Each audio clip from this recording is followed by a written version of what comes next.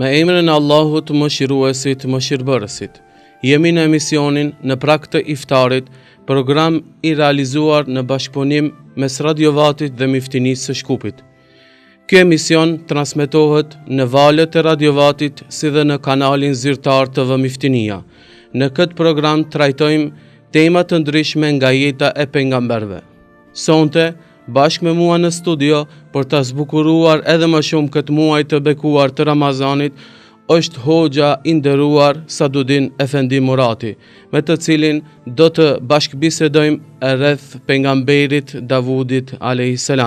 I nderuar i hoxh, mirë se na erdhët. Mirë se ju gjetëm, faleminderit.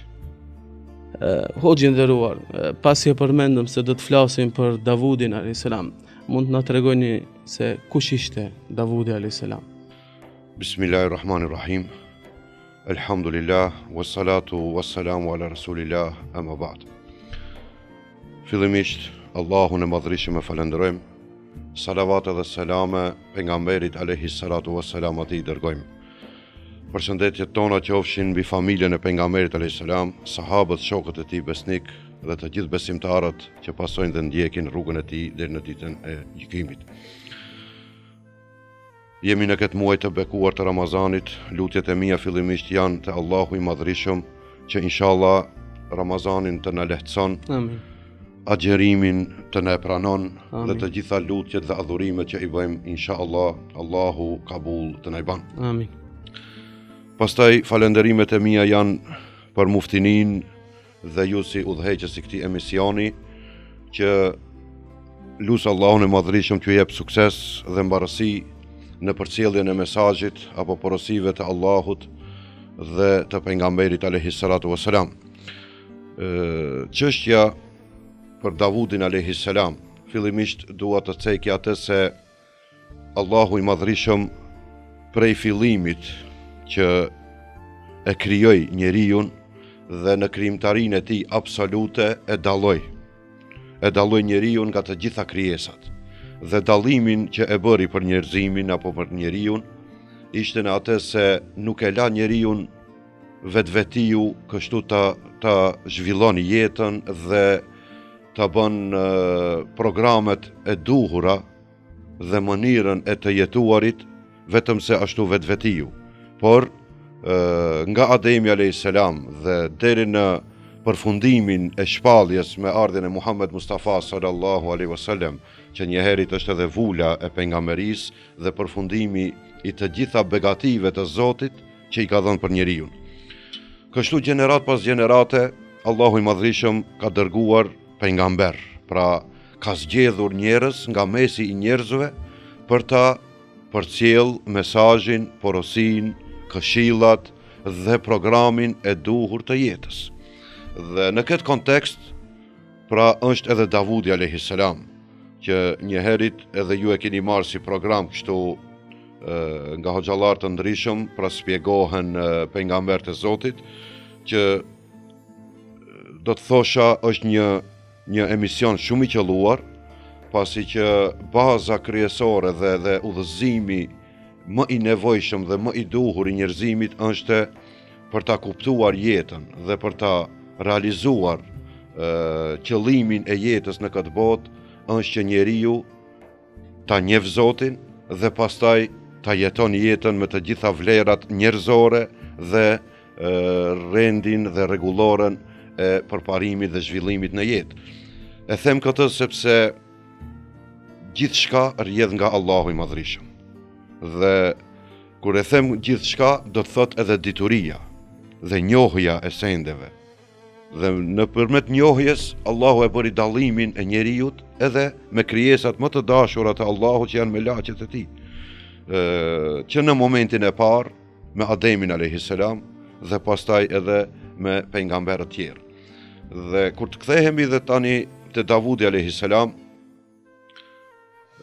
vim në atë momentin që ishte nevoja e kohës së asaj periudhe që të paraqitet apo të Allahu të dërgon një pejgamber në mesin e njerëzimit të asaj kohe apo në mesin e Beni Israilve që përmenden në Kur'an. Dua të theksoj këtu se Beni Israilet, për të qenë më e qartë për dëgjuesit dhe ata që na shikojnë, nuk janë Izraeli i sodit apo Jahudit e kohës së sodit, por se Beni Israilet janë besimtarët të cilët kanë besuar që nga Musa a.s.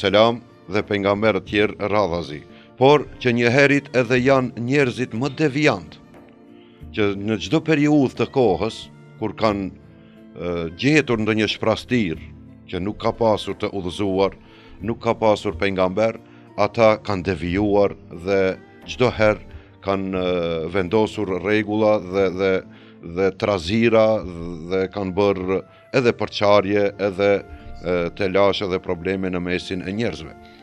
Kështu, Allahu Gjeleshanuhu Davudin a.s. nga mesi të gjithë pejgamberëve është një nga pejgamberët që Allahu i ka dërguar edhe shpallje, që të gjithë ne si besimtarë dim se nga 4 librat e mëdha që Allahu Xhelali ka dërguar në tokë, një prej tyre është pra edhe Zeburi, që Davudit a.s. Allahu Gjeleshanuhu ja ka dërguar këtë shpallje. Pastaj veçoritë apo dallimi që e ka ky pejgamberi Allahut janë të niveleve të ndryshme, që si i ri ishte i dalluar. Ishte i dalluar në sjellje, ishte i dalluar në guxim, ishte i dalluar edhe në vendosmëri. Në moshën rinore të këtij pejgamberi të madh ndodhi një situatë e vështirë që sundonte në atë kohë një mbret i quajtur Xhalut. Ai sundimin e tij e bënte në mënyrë diktatoriale, me dhunë dhe persekutime të ndryshme, arriti që ta merr sundimin e Beni Israilve me fuqinë e tij dhe ushtrinë e tij. Davudi a.s. si djalosh i ri, 17 vjeçar, 18 vjeçar, ishte në mesin e këtij populli që i vuante këto pasoja të këtij sundimi. Kështu ata vendosin që ta caktojnë një udhëheqës të tyre me emrin Talut. Ky Taluti fillimisht u kundërshtua nga populli, nga Beni Israilet, sepse ata ishin mësuar që çdo herë të zgjedhin një njeri të fuqishëm edhe në aspektin material, po pastaj edhe në aspektin e preardhjes, familjes, me autoritet, me famë, kështu me radhë. Por nga momenti që e kuptuan ata se ky personalitet me emrin Talut i posedon të gjitha virtytet për të qenë udhëheqës, për të qenë komandant, për të udhëhequr atë popull drejt së vërtetës dhe drejtësisë, që ta arrin suksesin e tyre, ai e formoi, pasi që u zgjodh pra udhëheqës dhe komandant, e formoi ushtrinë dhe në mesin e ushtrisë merr pjesë edhe Davudi a.s. Dhe kështu ja mundson Allahu që të arrin Davudit a.s. ta vret mbretin kryesor Xhalutin.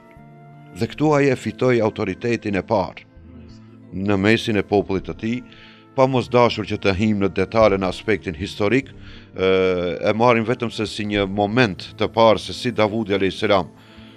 E fitoi autoritetin, dhe kjo njëherit është edhe një shkak, një arsye, një sebeb nga ana e Allahut të Madhërisëm, që i jep në çdo kohë dhe periudhë shkaqe dhe sebepet që njerëzimi të kenë orientimin e duhur se cilin duhet ta ndjekin dhe ti shkojnë mbrapa atij për të arritur sukseset e duhura.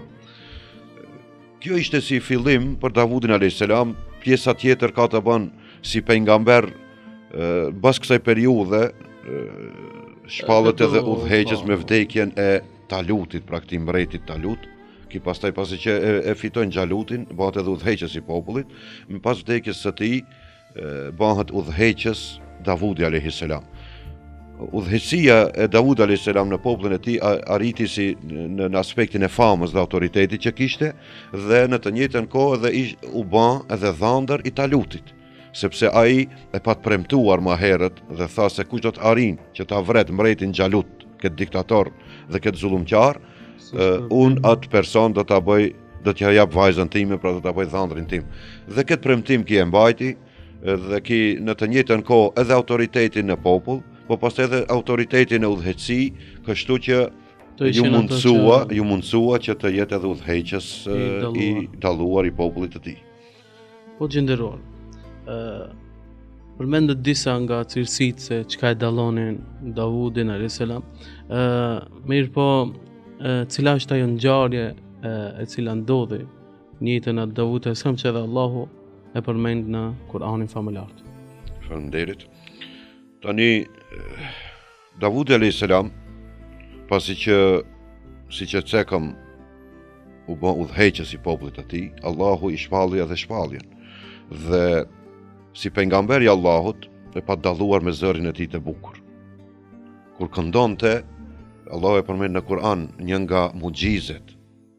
Pra mugjize është një dhunti e Zotit e posaçme për të gjithë pejgamberët, që ju kanë nënshtruar apo kanë bërë adhurim Zotin bashkërisht gjatë leximit të Zeburit, pra fjalëve të Allahut, që njihet në gjuhën tonë psallmet e Davudit a.s.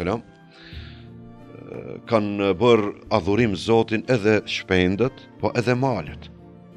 Në momentin që ki ka kënduar apo ka lexuar fjalët e Zeburit, janë dalë shpezët në qiell nga zëri i bukur i tij.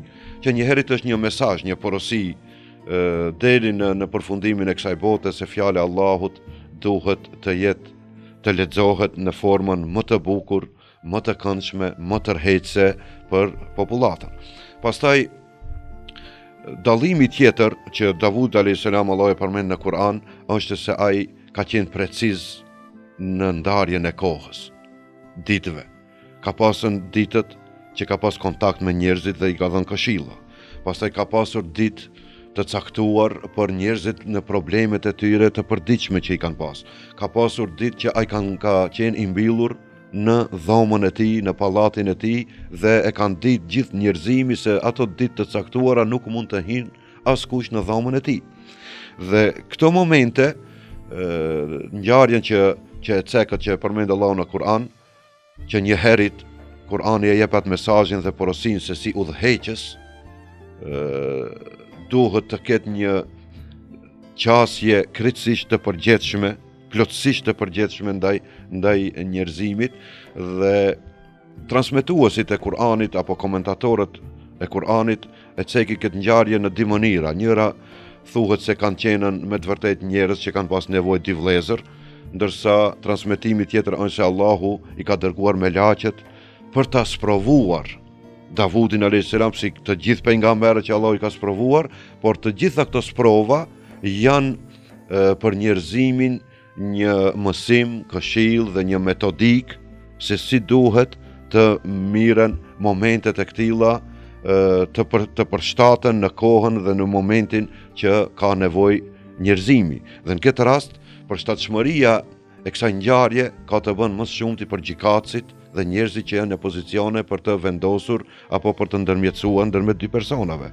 Allahu e cek këtë ngjarje ku dy vëllezër kanë pasur dele apo dhen atko, njëri 99 dhe njëri vëlla vetëm 1. Dhe ki që ka pasur 99 i thot vëllaut të tij, ma jep edhe këtë 1 dhe unë t'i bëj 100. Se ti me 1 vetëm se do thot që lodhesh apo në këtë kuptim e ka bindur që t'ja merr. Dhe ki nga pamundësia që mos t'ja jep, shkojnë të ankohen te Davudi a.s. sepse e kishte më autoritetin e gjykatësit të drejtë në mesin e popullatës. Mirë po, qëlluan ato ditë që ki e kishte të ndaluar apo nuk pranonte njerëz, ishte në programin e ditëve që qëndronte i mbyllur në dhomën e tij. Dhe depërtojnë nga muret e larta, nga nalësia, prej nalt hynë mrenda dhe ki habitet dhe në një farë forme edhe trishtohet apo frigohet, thot ka hinë këta njerëz se s'ka ndodhur asnjëherë të hinë në pallatin tim. Dhe kur qetësohet gjendja dhe merr informacione se çka duhet, atëherë e vendosën që i thot këtij që e kishte vetëm se një dele se të ka bërë padrejtësi vllaujt, edhe duhet të kthehet. Dhe ata dalin, largohen, mirë po Allahu xhaleshanu pastaj i shpall ajetet e potencojnë Kurani e potencon këtë ngjarje se është ngutur Davudi alayhis salam, është dashur të dëgjon të di edhe palën tjetër, palën e akuzuar në këtë rast. Pastaj të jep përgjigje. Dhe porosia që del nga kjo ngjarje, pasi që ai pendohet dhe vjen në ruku dhe në sejdë adhuron Zotin dhe i pranohet pendimi, porosia që del është se mund të ndodh ndonjëherë, por atë duhet të dëgjohen të dy palët. Se mund të ndodh ai i cili akuzon, që mendon se është në të drejtë, i akuzuari mund të del në të drejtë dhe e kundërta. Dhe kjo është porosia dhe këshilli, mesazhi që nxirret nga kjo ngjarje.